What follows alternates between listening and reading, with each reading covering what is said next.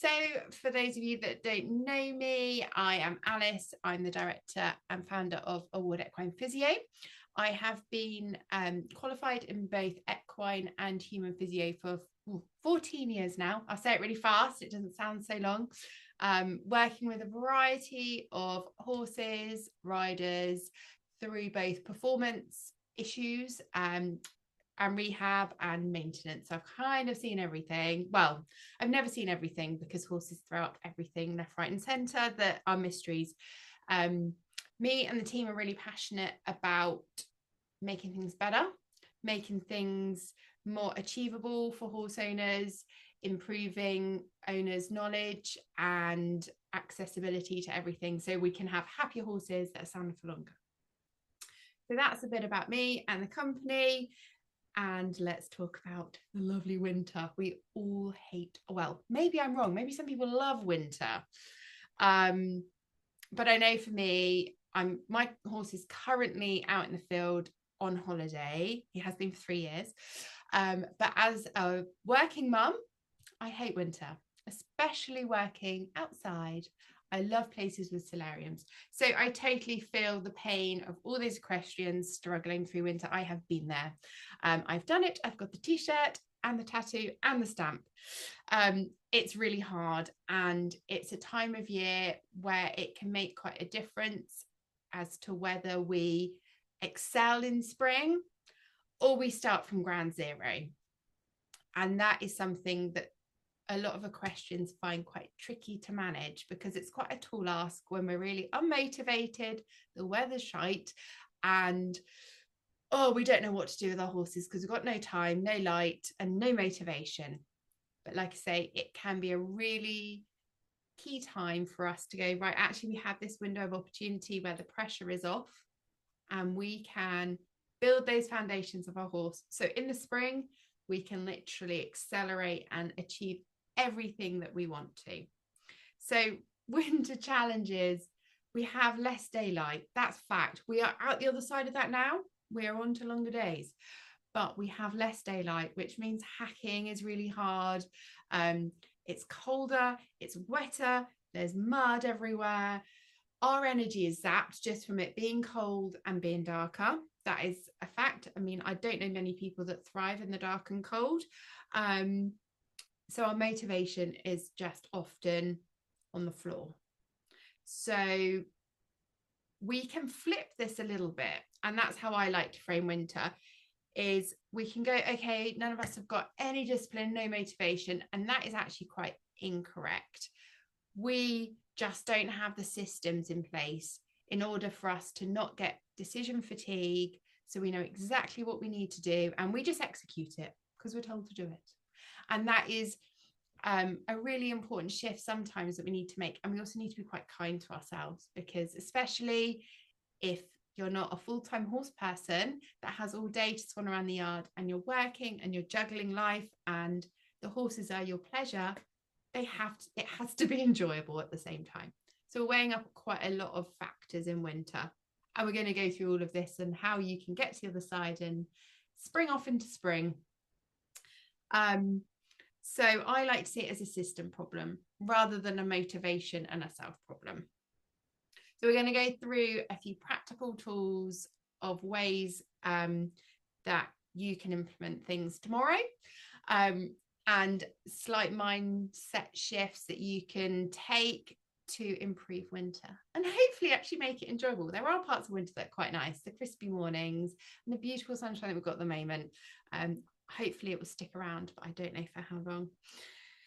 So let's think about how winter might affect your horse's body, because it really does. I don't know if any of you guys feel winter on your own body. I know I can talk from personal experience. I get really cold really fast, and I'm terrible when I'm cold. I'm grumpy, I'm less efficient. I definitely can't move out of the way of horses' back legs thrown at me as fast, and then my bones get cold and I just mentally can't function quite as well. If I go to the gym and I've driven to the gym and I'm cold and I get to the gym, it takes me so much longer to warm up, to get my body going properly. So I know from personal experience, My body does not like winter. It likes coming into a warm house. And there are horses are the same. Some thrive in the cold and some really struggle. But it does have a physiological effect on their body. So their muscles won't contract and relax as fast because those blood vessels have tightened because they're maybe a little bit cold. The elasticity in all of the joints, so the ligaments and the soft tissues, they're not as elastic. They all tighten because the blood flow is not as great in cold weather, especially if it's wet. So we need to consider that when our expectations of our horses. If we're warming them up and they've been standing out in a muddy field in the pouring rain, and we bring them in and we get on, well, hats off to you that you've got on in the pouring rain, but it's going to have an effect on their bodies. And we need to make sure that if we're going to hop on and ride, we've given them loads of time to warm up. That is so crucial during winter, as we give them loads of time to warm up. It also allows us to warm up a little bit in our bodies. And we need to do it slowly. So I'd rather someone ride and spend 20 minutes warming up, 5 minutes executing a good bit of ridden work, and 20 minutes cooling down. The horses will be so much better for that, rather than get out there, work them, do your thing, chuck them away. That is injury central. But we will go into that a little bit more. Now, the other element of winter is the inconsistency. So life throws stuff at us. The weather, the ground conditions, everything. We tend to be less consistent in the winter. Both us, both our horses, they're in more. Lots of inconsistency happens, and horses do not like inconsistency. They like predictability. They're like children. They like predictability, both from their bodies and for their minds. There's other elements of this inconsistency with turnout, with riding, which is injuries. Yes, lots of injuries. And unfortunately, we are seeing quite a lot at the moment of these winter injuries that we see. And that is sometimes due, not always, but sometimes due to that loading of, they get turned out for an hour here, an hour there. If you're lucky enough to be somewhere where they've got consistent long turnout, brilliant. But when they're sporadically turned out, it's never a pretty ending, as well as performance dropping. So if you're asking your horse, and by performance, I just mean how they are under saddle. If you're riding them, they potentially, if you're a bit inconsistent both with the riding and the turnout, they're not going to feel as good. And then we get that risk of going plateauing, maybe dropping down in the winter months, and then we're starting from down here in spring, whereas we could be starting from there and have an excellent spring and summer with our horses. I have got a few notes written down here, by the way, otherwise I'd go off on all sorts of tangents. So like I said, we've seen a few things, especially recently, being winter and being out on the road, seeing horses. So as physios, some of the primary things that we see, and we have been seeing over the last few weeks, is lots of muscle tightness. Again, like us, it's cold. If we don't rug up enough, if we don't give them enough exercise, they get really tight in their bodies, muscles get sore, and their tone drops. So as soon as their muscles aren't being used correctly because we're not doing as much with them, it all weakens. And it's amazing, I'll tell you, that there was one thing that really stood out for me when I was actually training to be a human physio, and I did a bit of work on intensive care. And on intensive care, people don't move if they're sedated. And the muscle loss that happened was astronomical in such a small space of time because people aren't using them. Obviously, this is a very extreme example, but it really stuck with me. And someone that had been in bed, not moving for a week, because obviously they're not moving at all, the muscle loss is around 30% during that first week, which is astronomical. Now, I know our horses are moving around, they're standing, they're grazing, they're not totally stopped and not doing anything. But we need to be really careful that we carry on still maintaining all of those foundational muscles like the core, the lateral stabilizers on the side of their hindquarters, their thoracic sling, and all of the back muscles, because it drops so fast. It's quite incredible. And once it's gone, it takes so much longer to build up. So that's always stuck with me, is that intensive care experience. I didn't really enjoy working in intensive care. It was quite hard, but that muscle loss can be really fast if they're not using the muscles correctly. And once they've started to decline, like I say, it's not just a quick uphill, it's a long uphill. So if we can sustain them through the winter months and really work on those muscles and those foundational elements, our horses will come out of spring and be so much stronger and we'll be off. So so we're seeing a lot of back discomfort. We're seeing like reduced stride length. They get a bit choppy. If they're prone to arthritis, this does flare up in winter months. Arthritis doesn't like cold and wet. We're not too wet at the moment, but as soon as those heavens open and it's a bit cold, arthritis really starts to gnaw them if they have already got arthritis. It doesn't cause arthritis, but it can really flare up that. So we are seeing a bit more of that at the moment, as well as the slips, the strains, the kind of grumbling long-term conditions that really flare up. And I'm doing another webinar about winter injuries and how to prevent them. So I'm not going to go too much into that. So yes, that is my takeaway for the how winter affects the horse's body. It has a huge effect. I think we can really underestimate it and expect them to be machines and carry on like they do the rest of the year, but it does really have an effect, especially if we're a bit inconsistent ourselves with how we approach things. So we need to adapt and we need to create a system that allows us to be consistent without too much pressure on ourselves, because winter's hard. So if we think now about how to train through winter. Now, by training, I'm not talking about event training. I'm not talking about show jump training. This is literally like how to safely ride your horse and make the best of the winter. So this is for kind of all levels of rider. It's not you have to be training for grassroots next year. All levels of rider. So when I'm talking about training, that's what I mean. So winter training, I think, like I've said before, we can all see it as a bit of an arduous task. We might start winter with really good intentions, like, yeah, I'm going to make this winter really productive, and then it lasts for a week. We all know that feeling. So we can reframe this.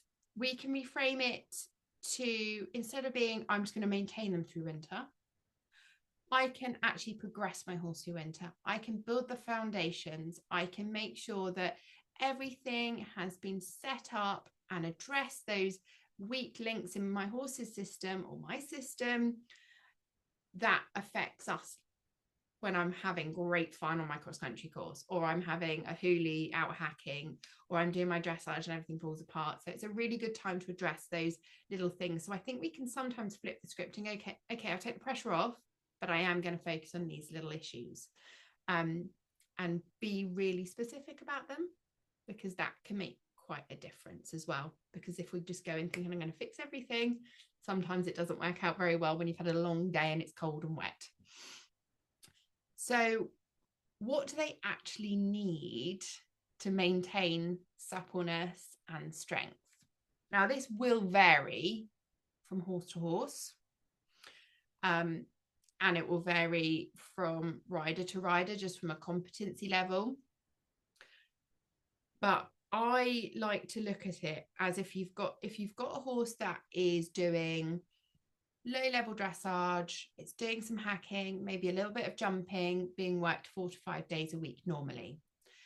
That horse needs to do a minimum of 3 days a week, if not 4, of something.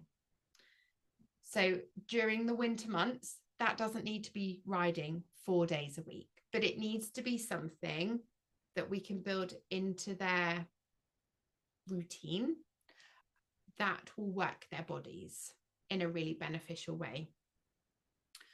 So the long and short of it is, we don't want things to drop off too much. We just might have to refocus what they do, because if they're used to being ridden 4 to 5 days a week, and in the winter comes and we ride them twice, maybe on a Monday and Tuesday, and the rest of the week they're off, they're really going to struggle to adapt to that. And that's when we get into sticky points. So we want to keep the amount of days potentially they're being worked the same, but we can just reframe what they're doing on those days. If they school, they can maybe do an in-hand session. If you normally hack but you've got no light, you can do some long reining in the school. If you normally school and have a lesson but you can't because your instructor doesn't work through winter, I've never met those kind of instructors, but potentially they exist, then you can do some pole work under saddle, or you can do some pole work in hand. So it's about keeping the consistency there, but maybe changing what they're doing. We like to sometimes see it as we've got plan A and plan B. So I have a few riders that I work with that through various reasons, they're unable to have a plan A and that's it. So it's quite nice sometimes to have option A, which is the ideal. Everything's going to plan. So we do option A. And then you have option B. When plan A doesn't work, you've got plan B. And plan B is your backup. It's like the basics that you are going to do with your horse that day. And that might be like 2 or 3 exercises that take you 10 minutes that you could maybe do in the stable, or you can do with a rug on and all your waterproofs on so no one's getting wet. But your plan A might be, well, I'm actually going to long rein them and I'm going to do this and this. But sometimes it's helpful to have a plan A and plan B. So if plan A doesn't work out for whatever reason, you have a plan B already set up, so you can't get out of it. You've still got to do that one.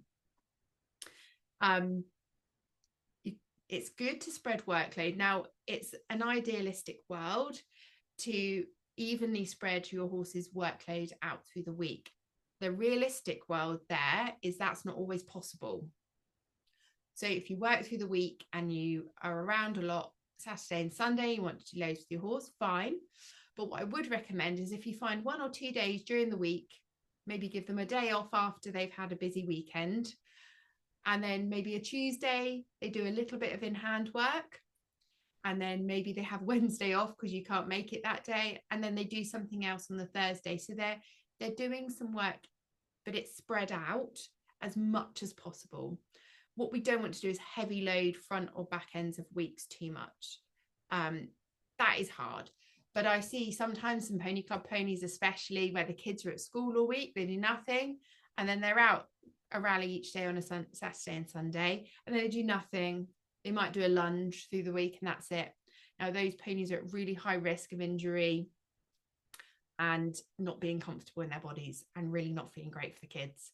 So we just need to spread it out as much as possible within kind of within a realistic time frame. And we're happy to help you with that as well. So if there's anyone that is curious about how to structure that, happy to help. And movement's so important for horses. I know that sounds really obvious. They're designed to roam hundreds of miles, which obviously most domesticated horses can't do. They're put out in a paddock and they're brought in, and then there's becoming increasing problems with turnout in winter and horses being stabled through the winter. And I get that. It's, people are trying to manage land and clay and less land and loads of horses. And it's a really difficult thing. And I'm not saying you have to turn your horse out. If your horse is in knee-deep mud when they go out, it's not going to be great for their bodies either. So sometimes you're in a bit of a lose-lose situation with regards to turnout. But if you're there and you're mucking out and you've got your horse can maybe go out in a school for 10 minutes. That is better than a horse standing on the yard eating a hay net. Or if you've got 5 minutes spare and you can walk your horse around, that is better than the horse standing eating a hay net or not doing anything. So we really need to maximize the amount they're just bumbling around as well in winter, because sometimes they do less of that because it's cold and they're restricted more because they're stabled more often. And that is just a reality of winter. So if we can just manage that, if you have access to a walker, we're not massive fans of walkers, but it's better than a horse being stuck in a stable. It doesn't replace turnout, in my opinion, for their minds or their bodies, but it's much better than them being stuck in a stable. So as much movement as we can give them as possible is ideal. And focused work. So when we're in the school, if we are schooling the horses and we have a real clear focus that we're working towards, and a few specific elements that we're like, I'm really got to work on my transitions and how my horse is lifting through its back through the transitions. By the way, transitions can be halt to walk as well. They don't have to be mad trot canter transitions. Having that focus can really help when you've got 20 minutes or you only want to ride for 20 minutes, and you can make it really clear as to what you want to achieve, or you want to work with your horse to try and progress. So having a clear focus is also key. You can ask your trainers as well, because your trainers are perfectly placed. If you're bombarded with loads of information by them, say, well, what's one thing you want me to do this week? Ask them, what's the one thing that will really make a difference, and go away and work on that and have that one focus. Right. I'm just going to have a sip of water because lots of talking makes me very thirsty. So the winter lull of having less light, less energy, and less time, because time just seems to vanish in winter. What can you guys do about that? Well, we can't change any of those. We can't increase the time of sunlight. We can't magically appear 5 hours out of the day. If only, that would be amazing. Or improve your energy levels. Like, none of those things are going to happen. But what we can do is put some things in place so that things are still possible for you to do with your horse to maximize the amount of training that they can do through the winter. So in hand work, we are massive advocates of in-hand work.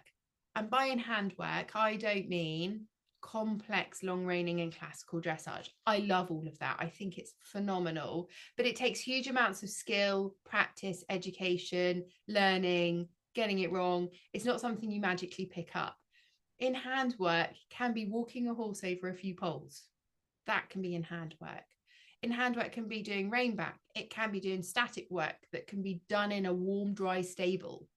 There is so many elements of in-hand work that can be done, keeping everyone dry, the horse and yourself, as well as giving you something you can do off horse. If you've got a fresh horse that's a bit wild and I don't want to get on that in the pouring rain, it gives you something else you can do.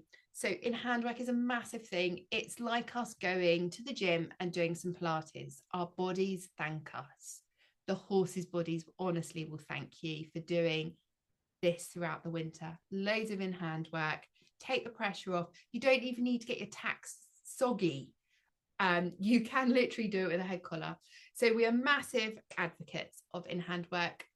Like I said, focused sessions when you're riding, and hacking with structure. So if you're out hacking and you've got 40 minutes, you can really focus on certain elements while you're hacking, whether that be how your horse's straightness is, keeping your horse dead straight, keep them working over the back, getting them to stretch forwards, providing they're safe to do so, depending on your roads or off-road hacking.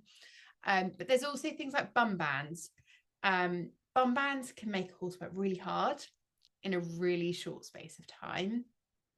We have to build them up to the bum bands really slowly because they can cause issues if they're introduced too quickly. But if we can build the horse up through the winter using the bum bands or proprioception bands, however you want to call them, they can work really hard on a 20-minute hack, like walk hack, and they're working really hard. And that can be game changing for a lot of people. So finding systems like that or little gadgets that you can use that are really effective and will really positively impact your horse at the end of it. So the all or nothing approach with training can be really harmful. So a lot of people think, well, if I'm not going to do it all, I may as well not do it at all. And as riders, we tend to be quite hard on ourselves, like, oh, why can't I do all of this? And I've got all these big hopes and dreams and all these big goals, but I can't keep myself motivated through the winter. And that can be really harmful for the riders themselves. So, and it can just, everything can break down. You can end up just doing nothing. So again, we need to reframe that guilt mindset and go, actually, if I'm doing something to help my horse through winter, and I'm going to get a system together that allows me to do this, where I don't have to make any decisions because I've just finished a long day of work. I don't have to make any decisions. I know exactly what I need to do and why I need to do it and how I need to do it. Then it should be much easier. And actually, it then won't be an all or nothing. You've got options. You've got option A and option B that you can plan out. So then that hopefully that guilt is slightly more removed. Goals and expectations. Let's talk about those. So some people really benefit from goals. I am one of those people. I love goal setting. That's probably the physio in me. We were drilled in to have SMART goals. Some people are not. Some people that can make you feel like you're not achieving if you're setting goals that maybe are unachievable, or you just feel like, well, there's no point because I'll never get there. So if you are somebody that really likes goals, my advice would be to think about what you want your start of spring to look like. And this will look different for everyone. So you've got start of spring and you think, okay, actually, I would really like to do that camp somewhere, that hunter trial somewhere, that event, whatever your goal is at the start of spring. And then you just need to work backwards, and you need to make that goal a bit smaller, because that is not a goal. That's your aspiration, really. You need to work backwards, and you need to set goals for maybe each week as to how you might be able to get there. And you've got to make sure it is realistic. And I think that's the hardest thing about goal setting. And I'm really bad at it. I will set these fabulous goals and I think, how the hell am I going to do that in 3 weeks? But I've set the goal now, so I'm going to have to do it. But I can't do it. So I am very bad sometimes at doing that. But actually, it can be really empowering if you can set really small goals per week that can really help you achieve a big thing at the end of it. So it's about breaking it down, making it really realistic, really specific for your situation, and then adapting as you go. Because there's curveballs thrown at us left, right, and centre with horses. They never go to plan. They never do what they're meant to do. There's always curveballs. So put that within your goal of how you might manage and adapt your expectations, because the last thing we need is to feel really destroyed midwinter because my horses keep breaking, or this is happening, or that's happening. So keep it realistic for you and your horse. Let's talk about warming up and cooling down. It's a complex thing with horses. I'm whistle stop touring through this, by the way, because this is a humongous subject that I could talk for hours about just generally. So I am whistle stop touring through this. It is being recorded, so I can send you guys all the recording as well, so you can pause, rewind in a slower form than me rabbiting on really fast. So warm up and cool down, we've touched on it, but I want to maybe break that down a bit more. So we often tack our horses up, get on them, bring them in field, or maybe they've been in the stable all day, tack them up, get on them, start our warm up, which sometimes looks like them bumbling around on the end of the long rein, and you're kind of, well, okay, now I'll trot. Oh, now I'll have a little canter. Oh, okay, they're warmed up. But actually structuring a warm up starts from before you tack up. So, and again, this is where we go back to those in-hand exercises, is we can do loads of in-hand exercises before we even tack up the horse, which will allow for us to activate those muscles before we get on. We can slightly assess how your horse is feeling that day. So with my big chestnut, when he was in work, I would often do a rein back before I got on with him. He had various issues because he's a warm blood. And I would know exactly how he would feel under saddle with how he did a rein back, just through repetition and learning and going, oh, okay, he did it like this today and now he feels horrible. Oh, he's done it like this today and he feels really good. And it's not just a way of activating, but it's a way of already almost setting your expectations when you get to know your horse. So there are some really good ways that we can activate our horse before we get on them. So we can ask them to do some steps of rein back. And this can be done with or without a saddle. I often say to people, do it before we get on. So like at the mountain block, they're ready to rock and roll. You do 3 sets of 5 steps backwards, depending at what level your horse is at. We've also got the rocks. So we've got the wither rock, where you pull them over the forelimbs, which activates the thoracic sling. And you've got the hindquarter rocks, which activates the lateral stabilizers behind. And by just doing a few of those to fire up the muscles and switch them on, they should feel much better when you get on board. They should feel much straighter, and you've already started to warm them up.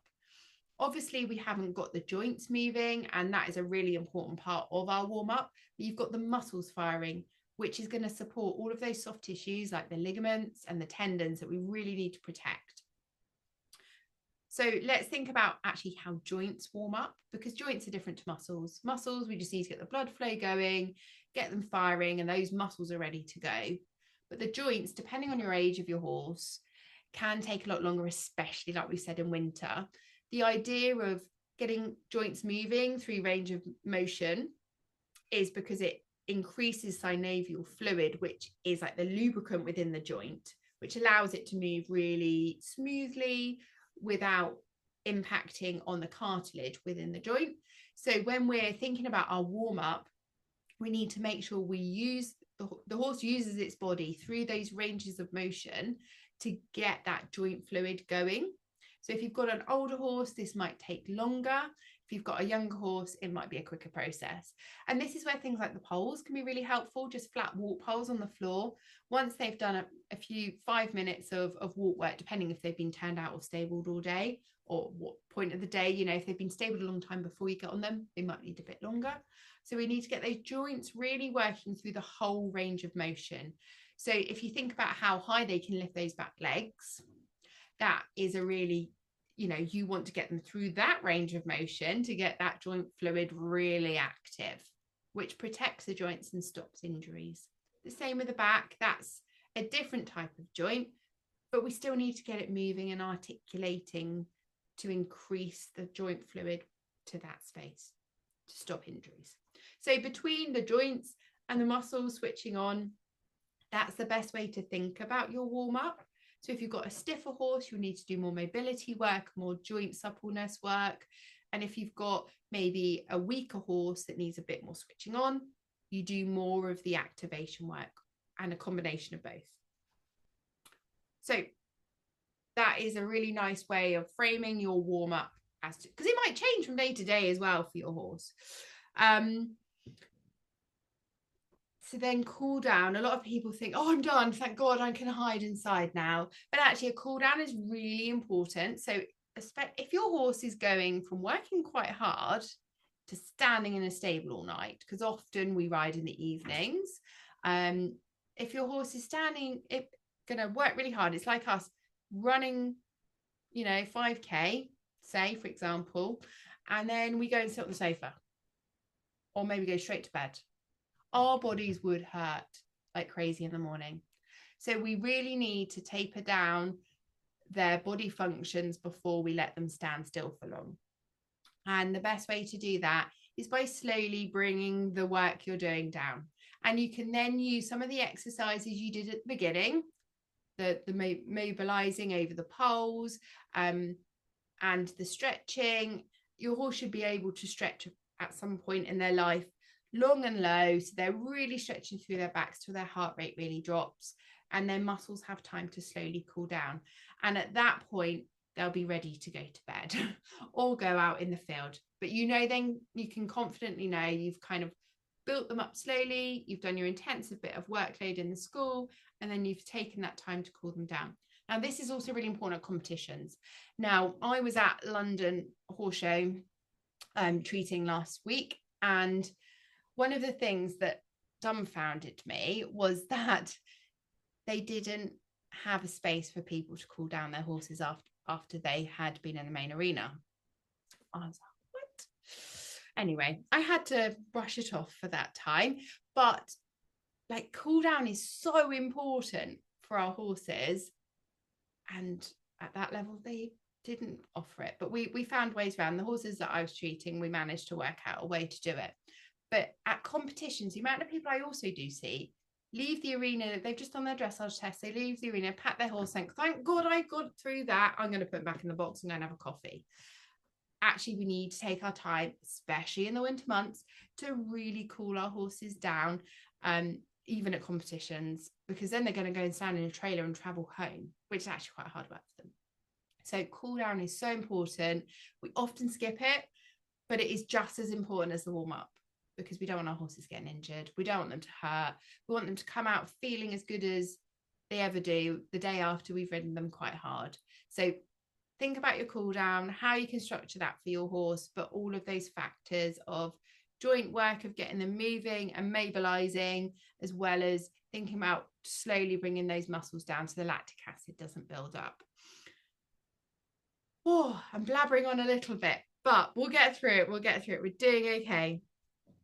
So in winter, there are a few options we've got, and I'm going to go through them. So you've got a bit of a checklist. Feel free to write them down as well if you want, because sometimes it's nice to have a little bit of a, oh, I could try that today, or I could do that.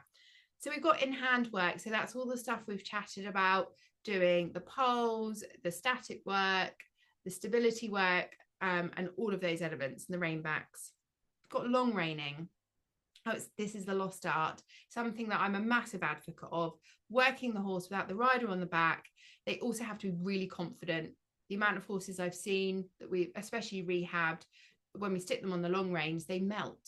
They need someone to hold their hand. And actually, once we've worked them on the long reins, they build their confidence. They've got no one else there to support them, and they've just gone from strength to strength.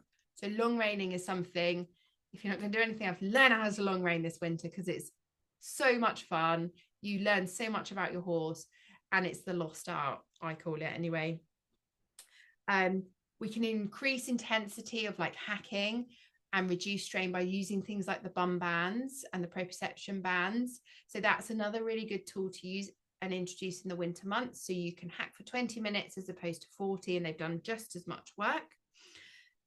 Plan your winter, or plan your week, not your whole winter. That's too much in advance.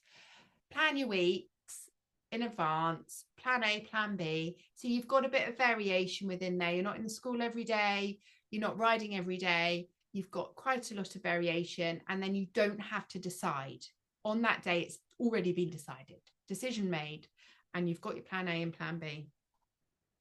Also think about yourself. So winter is a really good time when you're maybe spending less time potentially at the stables, of actually going, how am I in my body? Do you do any work for yourself? Do you know, and actually starting to integrate some work on yourselves as riders, and look at strengthening yourselves up, because that makes a massive difference. And working on your own mobility. And there is literally no excuse with YouTube these days. There are so many amazing things on YouTube that can teach you yoga, Pilates. You don't even need a gym membership. You don't have to leave your house. It's just having that motivation to do that. So that's the other element you can throw in there, because you're doing it for your horse. So don't feel guilty for like, oh, I'm not going to spend as long working you today, because I'm going to go and do something for myself, because they'll thank you for it at the end. I'm just aware of time. I'm hoping everyone is okay for time. But I think my takeaway here is winter is hard. Motivation is really, really challenging. But I think if you have your non-negotiables with your plan of like, plan A is my ideal, plan B are my non-negotiables, and they're really basic and really simple things you can do to help your horse at the end of it, then you will have a much better winter. You've got to have your weekly plan with a little bit of flexibility so you can be kind to yourself, and you need to take out decision fatigue. I know at the end of the day, I don't even know what to cook the kids for dinner sometimes, because I'm done with decisions. So if you make those decisions at one point of the week, but for your whole next week, you don't have to decide. You just go to the stables and you do what you have planned to do, and you don't have to think about it. So have a system. Use winter to actually develop your horse. It doesn't need to be a drop or a break in training. Some horses do benefit from that. Some riders do need that. And that is, totally fine. But you start from a lot lower point if you give your horse time off over winter, and their bodies actually sometimes can deteriorate because some horses need the break, tends to be the younger horses. The older horses are much better to just keep ticking and building on those foundations through winter and not being left, because then everything starts to fall apart. The consistency is so key with winter. So if we can if we can make winter consistent and planned, and actually it can be a really positive experience if it's not pouring with rain. Pouring with rain is really hard, but we just need to keep our horses going gently through the winter, building up those foundations and having systems in place to help ourselves. So we are running a workshop in end of January, 23rd. I thought it was 29th, 23rd of Jan. It's over in Winchester, and it's myself doing the rider's body. We've got Amelia, who is a coach, and she is also a trainee psychologist. I hope I've got that right, Amelia. And we've also got Sophie, one of our physios, who is going to focus on the horse's body. And we're going to be looking at preparing at a competition, and that doesn't matter what level competition, it all bloody falls apart when anyone gets to their dressage test. I mean, I can talk from experience again with that. I'm like, melty mess. But when we've talked about systems, it feeds quite nicely into that, because that is literally creating a system, your mind, your body, and your horse's body before you go into the competition, and ways to help yourself. So that's 10 o'clock till 1 o'clock in Winchester. Tickets are £40. We've got a few tickets left. It should be a really good day, and it should be really fun. So I'd like to open up, if there's any questions, then please feel free to either pop your mic on or drop them in the chat. Thank you, Alice. I thought that was really helpful, actually. I mean, so much of it sounds like common sense, but you forget a lot of it, don't you? And so that consistency piece, and doing things sort of in hand.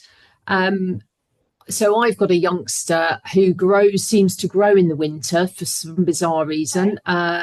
So he's just had a huge growth spurt. So he's ended up with just having had a few weeks off. So I'm now starting almost, he's had 3 weeks off. So I'm kind of back on him. And I'm just taking it very, very slowly, because he just feels a little bit weak because he's grown again. So for him, it sounds as though, but it's good because you basically said, given me permission almost to just do a kind of mixed program of exercises, some on the ground and some being ridden. Yep. And so for him, it sounds like that would actually be the best way to start for a few weeks. Totally. I think especially with those, what breed is he? He's about 60% thoroughbred and then Irish draft. Okay, so Irish sports horse. Yeah. Big. So yeah, especially with the young growing horses that are big, they lose everything when they grow. They literally go to pot, don't they? All their muscles go haywire, and they lose all that stability. It's a bit like kids growing when they grow really fast. Like my kids can't walk in a straight line sometimes when they have a massive growth spurt. Yeah. So it's about actually, it would be amazing for him to do like some in hand work and Yeah. just regain that, because they can actually work harder without you on their backs. Yeah. And you can see what he's doing. Have you ever long reined him? Yes. Yeah. How is he long reining? Yeah, he's good. He's really very good. Yeah. Yeah. But no, the in hand work is totally like, it's overlooked Yeah. a lot of the time, and it's actually quite nice to have something you can fall back on, that you can keep Yeah. your rug on, you can have your waterproofs on, and you Yes. have a head collar, and you Yeah. can still work him. It is a really good tool. Yeah. And doing, there's loads of things you can do with him, and I'm happy to share some of those with you. So yeah, it's yeah, it sounds like that would be really useful for him, and Yes. get through winter, and then he can stop growing. Yeah. Well, or at least, regain that, as you say, the stability, because he just feels he's gone to feeling quite weak again, particularly in his back end. It's not completely coordinated. Things are not tight. I guess everything's gone loose. So that's been very helpful. And the next webinar you've got is about there's something around box rest, I think, as well, isn't there? We're doing winter injuries, so we'll definitely talk about box rest on that one, as well as kind of the common injuries. We're seeing like a lot of PSD at the moment, and SI strains and all those kind of little things. So we'll be talking about managing box rest, how to avoid box rest, but obviously sometimes it's inevitable, but also like the kind of early signs of a lot of those things, because they can be picked up much earlier, which can then stop box rest happening. Yes. So yeah, we'll definitely touch on box rest next time. Brilliant. Yes. Amanda, did you have a question? I did. It's more actually about rugging, because I'm at the other end of life with my ponies. Mine are 13-2 foal ponies, so they go underneath the thoroughbred's tummy. But I was thinking about rugging because because they're natives and because they're northern natives, I always felt a bit that I shouldn't be over rugging them. And I've heard both sides of the story. And a friend of mine who's a forester rugs hers very heavily, and the clip never grows out, and he can get all the way through to January and he'll look like he was clipped last week. Whereas I'm sort of basically trying to manage two hairy bears by January. It sounds to me as if actually I might be better off going a little heavier on the rugging than I am currently. And I think this evening he's got 100 gram on, and he's got a blanket clip which is growing out. But I'm kind of thinking maybe to keep his muscles warmer, he'd be better off warmer, a bit heavier. I think rugging is a really individual thing. I come across horses that you think, oh gosh, that's going to be cooking under that rug, and you put your hand under, they're not actually warm. They're running. Some of them run quite cold. And some that you think would be really cold run much hotter.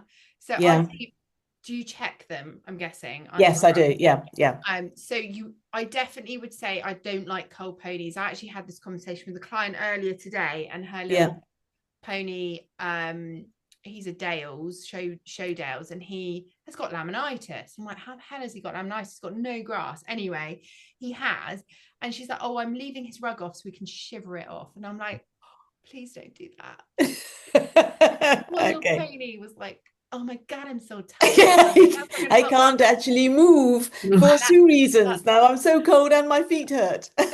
There is over rugging and making them too hot. And I think rugging is a really tricky thing, but personally, I don't like cold muscles. I think cold muscles, yes, you make a good point, really detrimental, because with us, if we get cold, I mean, I know my back kills because I'm with you. Hard. Yes, but again, I look at my 2 kids, and the one that you think would be cold is actually boiling hot in like a t-shirt and shorts out in this kind of weather, and the other one, who's a little bit more of a unit that you think would be warm, is freezing cold. I think it's very individual for each horse. I would maybe go on the slightly warmer side, especially if you're going to work them. So if they're going turned out for a day and it's quite cold or it's wet, and you're like, I'm going to come back and ride later, you probably want to be on the warmer than the colder side. a Yeah, lot. they're actually out at night. It sounds bizarre, but they're out at night in an all-weather turnout and then in during the day. Yeah, So yeah. they will. I think I might just go and have a bit of have him have one of them's in sort of in heavier work than the younger one. One's 5.5, one's 7.5. So the 5.5 was actually Katie, like you were saying, very weak behind when he first arrived with me. So I've been doing the wither rock and the pelvic rocks and those sorts of things to build him up a bit, but he's not been clipped. So I'm afraid he just goes out Yeah, unrugged because he's a bear. yeah, But the other one, I think I will, the older one I'll have re-clipped, and I perhaps think about getting a yeah. heavier rug in the But sale or just see something. how they manage, because I think Yeah, it's just so dependent on the horse, and it's just about being kind of yeah. checking and being conscious Well, of it's how they're yeah, it's moving. just seeing that the clip's grown out quite quickly. I'm thinking, and perhaps I've been erring a bit on the side of chili. Especially if they're working and you're doing a lot with them, then yeah, Yeah, I would maybe go on the slightly warmer, but not. yeah. It's so hard, isn't it? The amount of It's times I used to change impossible. mine. I mean, I'm quite lucky. Mine lives out on like masses of acres now, so I have nothing to do with him. And the lady sorts him, and I don't have to worry about which rug. It used to be on, off, 50, 100, Yeah, 150. Nightmare rugs. So yeah, yeah.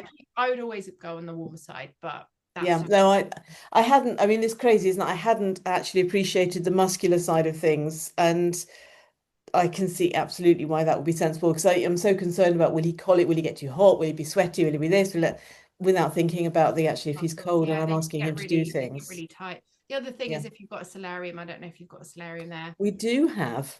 You can also use solariums before you ride, which really opens up the Of capillaries course it does. Yeah, and warms it up. And we love solariums. I love solariums. But it can really help them yeah, especially on those cold days when you need to brush them, you need to tack them up, and actually it opens all the capillaries up in those superficial muscles. But that mm, really does help with that kind of generalized kind of comfort levels of before you get on and those early warm-up phase. Yeah. yeah. Thank you. That's really helpful. Actually, it's given me another perspective on rugs. Oh, my Just pleasure. I another one didn't to even throw think into it the would, but mix. that's great. Oh, well, thank you guys for coming. And like I say, I've Thank you. recorded it because there's a few people that can't get here, which is fine. They're busy drinking wine probably with all their friends, living a social life. So Well, thank you. I will pop the recording across. You can peruse at your leisure as Yeah, well. thank If you. there's any questions, let me know. And yeah, a couple of weeks' time, I think it is the next one. Yeah. And yeah, if there's any friends you want to invite to that, more the merrier. Yes, indeed. Thank you. I can Excellent. think Thank of you that. very much, Alice. Really appreciate My it. pleasure. Take care, guys. Bye Thank bye. you. Cheers. Bye. Bye.